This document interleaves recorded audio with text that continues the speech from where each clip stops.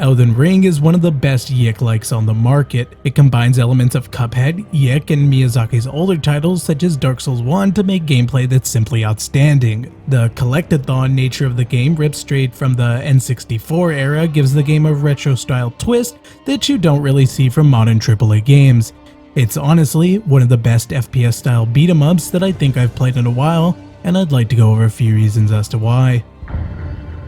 Starting with what most people like to call Souls-like gameplay, in which your actions take up stamina and the game is a much more methodical and slow-paced slug through sections, instead of having amped-up action in the vein of a game like Titanfall 2.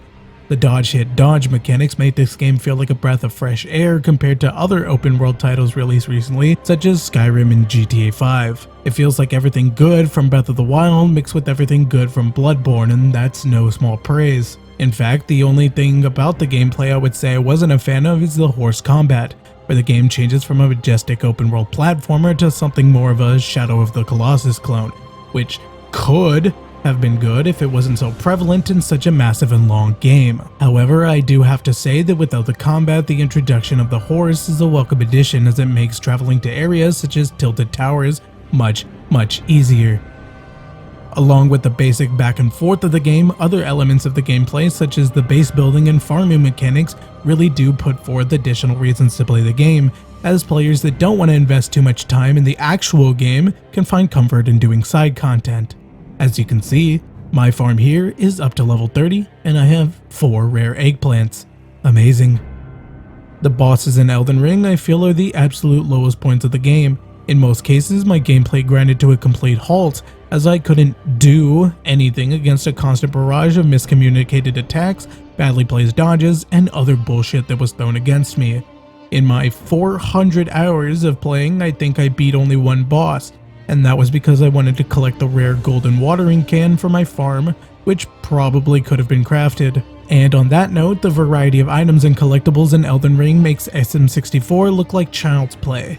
120 stars, talk about more like over 12 gear sets, 102 weapons, 50 rare eggs, 1,000 souls, and a goddamn partridge in a pear tree. This game spews collectibles like my wife after she's had too many drinks, and I'd like to apologize to her right now for making this joke. After all, her boyfriend was the one that bought me the collector's edition of this game.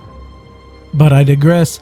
The collectibles in this game make it seem a lot more expansive than most Dark Souls games. However, it isn't really the case, as these are often easier to obtain and don't really give the player too much of a challenge. It seems like they were going for something of an Animal Crossing style fast-paced gacha, which means that even the rarest items can easily be gotten if you're lucky. The gameplay wanted to be so addicting, in fact, that the game barely ever wanted to close, even with Task Manager. After beating the game, I was highly tempted to go back and get collectibles just because there's no lives or stamina or entry tickets barring me from collecting these things, and it made my experience much more tolerable. All in all, I think I collected probably 60% of the items you could get, and still after I make this video, I think I'm gonna go get the last 40. Now to step away from the gameplay a bit, I want to talk about the other areas of the game I thought were amazing, namely the soundtrack, sound design, and visuals. The soundtrack sounds, well, beautiful. It feels like Undertale meets Castlevania, and when I tell you that I couldn't have been ear-pleasured more by the amazing sounds of Koji Kondo, I mean it.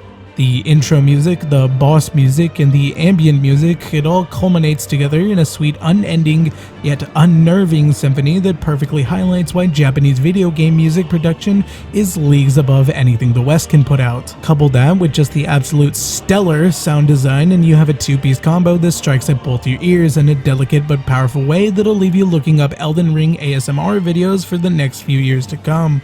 And don't think I'm skipping out on the visuals. I'm running this on an AMD RX 6700 XT, and even though I've played VR, I can't tell you how invested and immersed I was in this world. It felt like I could reach out and touch things. In the same vein Ocarina of Time was a masterpiece of the N64 era, Elden Ring is a masterpiece of the modern era.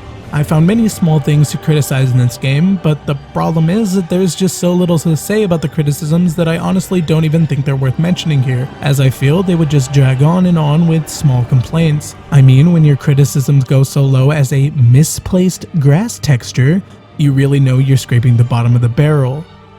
Now I know you probably want some sort of score as this is the end of the video, and I would have to give this an honest 6 out of 10. Elden Ring tries its best to be the fresh new kid on the block, but falls into the same traps as previous titles and probably wouldn't be so popular if it wasn't made by FromSoft. I think given enough time, this game could reach its potential, but for now I would say be wary of picking this game up. Thanks for watching.